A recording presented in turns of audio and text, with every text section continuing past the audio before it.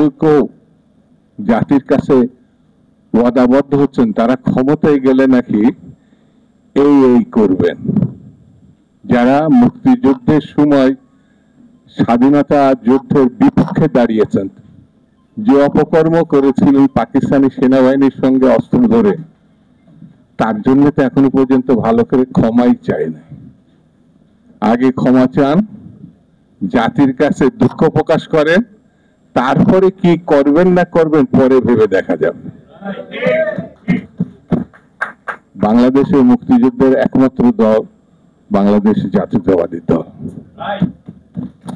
বাংলাদেশের একমাত্র আশা ভরসার জায়গা হচ্ছে বাংলাদেশ জাতীয়তাবাদী দল, যার পরীক্ষিত নেত্রী দেশনেত্রী বেগম খালেদা জিয়া।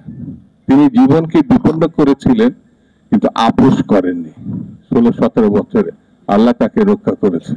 দেশের মানুষের দোয়া এখনো পর্যন্ত তার কাছে আছে। যিনি কখনো ফালতু কথা বলেন না, তিনি যা বিশ্বাস করেন তার প্রতি দৃঢ় এবং শক্ত থাকে। 16 বছরে তিনি মানুষের সঙ্গে ছিলেন। তিনি এমন সন্তানের জন্ম দিয়েছেন যে সন্তানটি বাংলাদেশের গণতন্ত্র রক্ষা করার জন্য অকুতোভয় সৈনিক হিসাবে মানুষের সব থেকে এখন শ্রদ্ধা ভালোবাসার মানুষ। তিনি হচ্ছেন জনাব তারেক রহমান। এই পরিবার, জিয়া পরিবার আর শেখ পরিবার আকাশ আর পাতাল। ওইটা চোরের পরিবার, ব্যাংক ডাকাতের পরিবার, লুটেরার পরিবার, গণহত্যার পরিবার।